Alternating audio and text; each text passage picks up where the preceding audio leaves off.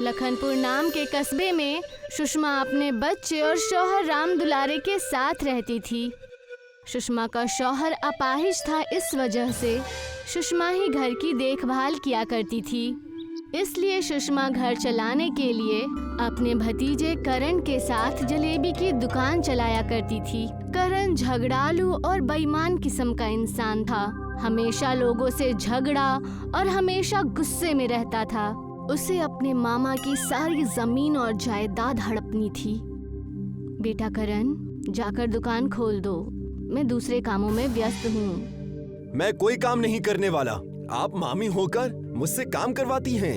आपको शर्म नहीं आती? मैंने तुमसे पहाड़ तोड़ने को तो नहीं कहा ना, बस इतना ही कहा कि दुकान खोल दो। करण वहाँ से गुस्से में दुकान खोलने चला जाता है।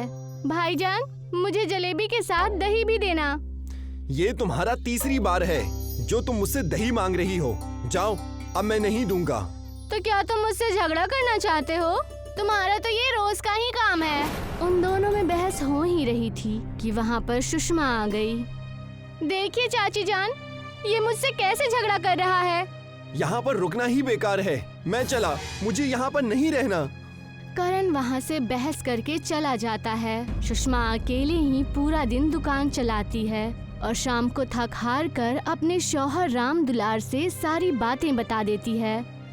आप उसे समझाते क्यों नहीं? मैं जानता हूँ सुषमा, मैं उससे एक बार बात करके देखूंगा। जी करिए और जल्दी करिए। दिन पर दिन उसका भविष्य खराब ही होता जा रहा है। राम दुलार करण को आवाज लगाकर बुला ही रहा होता है कि करण आधी रात को अपने दोस्तों के साथ आवारागर्दी करने चला जाता है। मैंने अपने हिस्से का खाना खा लिया है। मैं अपने दोस्तों के साथ रात भर पार्टी करने जा रहा हूँ। सुबह तक आऊंगा, वरना कल शाम तक, इसलिए मेरी फिक्र मत करना। देखा आपने, आज भी दुकान मैंने ही खोला और कल भी मुझे ही खोलना पड़ेगा। दूसरे दिन करण आधी रात को घर आया और अपने मामा राम दुलार के सारे कागजात लेकर अपने नाम करवाने के लिए। मामा जी, ये लीजिए, इस पर साइन कर दीजिए। मेरे कॉलेज का रिजल्ट है। अरे बेटा लाओ, मैं उस पर अभी अंगूठा लगा देता हूँ।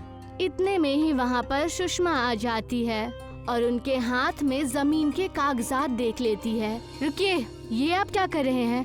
मैं करण के कॉलेज के कागज पर अंगूठा लगा रहा हूँ। वो कॉलेज का कागज नहीं, बल्कि हमारे जमीन के कागजात हैं। क्या कहा तुमने? थोड़ा लेट आती तो तुम्हारा क्या बिगड़ जाता? सुषमा और राम दुलार दोनों ही करण की हरकतों से परेशान होकर उसे घर से निकाल देते हैं और सुषमा अकेले ही जलेबी की दुकान चलाने लगती है। अब से मैं थोड़ी जल्दी ही आकर थोड़ी देर से जाया करूंगी, इससे मेरा ज्यादा मुनाफा होगा। सुषमा दिन रात मेहनत करके अपने जलेबी की दुकान चला रही थी। इस दुकान की तो बैंड बजानी ही पड़ेगी। इसी ने मेरी जमीन मेरे हाथ में आने नहीं दी। अगर ये ना होती तो मैं पूरी दुकान और घर का मालिक होता। एक काम करता हूँ, जलेबी के अंदर फटे हुए दूध का पनीर डाल देता हूँ। पूरी जलेबी तहस नहस हो जाएगी। करण ने साजिश रची। करण ने फटे हुए दूध से बनी पनीर को जलेबी के बड़े से पतीले में डाल दिया। दीदी, मुझे गर्मा गर्म जलेबियाँ दो ना। रुक जाओ, अभी गर्मा गर्म बना कर दे रही हूँ। सुषमा अनजाने में ही वो पनीर मिलाई हुई जलेबी बनाकर दे देती है, जो कि लाल के बजाय पूरी सफेद थी। ये क्या मजाक किया आपने? मैंने आपसे गर्मा गर्म जलेबियाँ मांगी थी और आप मुझे ये मीठा पनीर खिला रही हैं। ये तो बस जलेबी के आकार का है, जलेबी थोड़ी ना है। ये कैसे हो सकता है? लगता है कुछ तो गड़बड़ है। उस औरत को दुकान से दूर जाता देख करण बेहद खुश हुआ। लगता है वो पुलिस को बुलाने जा रही है। अब इन्हें समझ में आएगा कि करण से पंगा लेने का अंजाम क्या होता है। तभी वहाँ पर राम दुलार अपने बचपन के दोस्तों के साथ आ गया।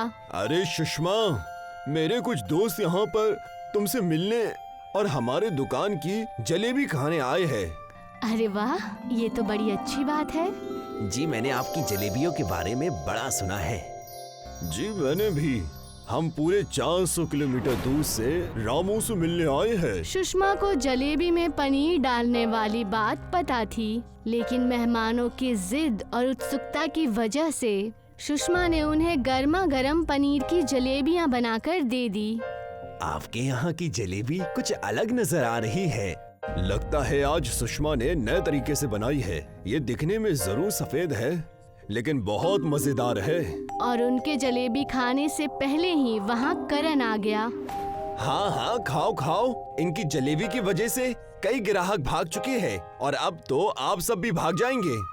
जी, ये मेरा भांजा है, हमेशा बहकी बहकी बातें करता है। आप सब जलेबी खाइए। जैसे ही राम दुलार के बचपन के दोस्तों ने जलेबी खाई, वो पनीर मिलाई हुई जलेबी वो लोग खाकर दंग रह गए और कहने लगे, वाह भाभी वाह, क्या जलेबी बनाई है। जलेबी कम रसमलाई ज्यादा लग रही है। वाकई ये चीज बहुत शानदार है। आज से आप अपनी दुकान का नाम बदलकर पनीर जलेबी कर दीजिए और देखिए बड़ा फायदा होगा। क्या सच?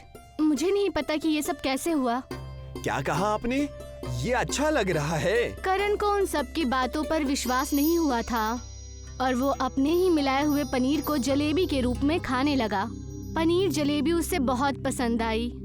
अरे ये तो सच में अच्छी है, लेकिन आप सब उनकी तारीफ क्यों कर रहे हैं? ये पनीर जलेबी मैंने बनाई है। हुआ ये कि इसमें पनीर मैंने ही डाल दिया और देखा आप सब ने मेरा कमाल। सुषमा सारी बातें समझ चुकी थी। तब उसने कहा, तुम चाहते थे कि हमारी जलेबी की दुकान बंद हो जाए और हम रोड पे आ जाएं, है ना? सुषमा, हमें ये सब बातें मेहमानों के सामने नहीं करनी चाहिए। और जैसे ही सारे मेहमान चले गए, तब करण ने अपने मामा राम दुलार से कहा, मामा जी, आपने तो मुझे कुछ जमीन जायदाद भी नहीं दी। मैं बस आपसे इतना ही कहना चाहता हूँ कि आप मुझे ये दुकान दे दे और अब तो मैं यहाँ पनीर जलेबी ही बेचूंगा। हमें तुम्हें दुकान देने में कोई दिक्कत नहीं है, पर क्या तुम दुकान अच्छे से चला पाओगे? आप उसकी फिक्र मत कीजिए। अगर आपको लगे कि दुकान अच्छे से नहीं चल रही है तो आप ये दुकान ले लीजिएगा। ठीक है बेटा, हम ऐसा ही करेंगे। करण दिन रात मेहनत करके अपने पनीर की जलेबी के दुकान में काम करने लगा, लेकिन करण के दोस्त जिनके साथ वो आवारागर्दी किया करता था, वो इस बात से बिल्कुल भी खुश नहीं थे। और उनमें से एक जिगरी दोस्त उनसे कहने लगा, चल करण, चलते हैं। मैं तुम्हारे साथ नहीं आ सकता। मुझे मेरी दुकान संभालनी है। मामा मामी ने भरोसा करके मुझे ये दुकान दी है। करण की बात न मानने पर करण के दोस्तों को उस पर गुस्सा आ जाता है और वो उसका धंधा चौपट करने के लिए षड्यंत्र रचता है और एक बाबा के साथ मिलकर उसके दुकान पर काला जादू करा देता है। करण के दुकान पर न होने की वजह से वो उस बाबा का दिया हुआ ताबीज पनीर जलेबी की दुकान में लगा देता है। अब आएगा मजा। जब हम बिगड़े हैं साथ में तो तरक्की उसकी अकेले की क्यों?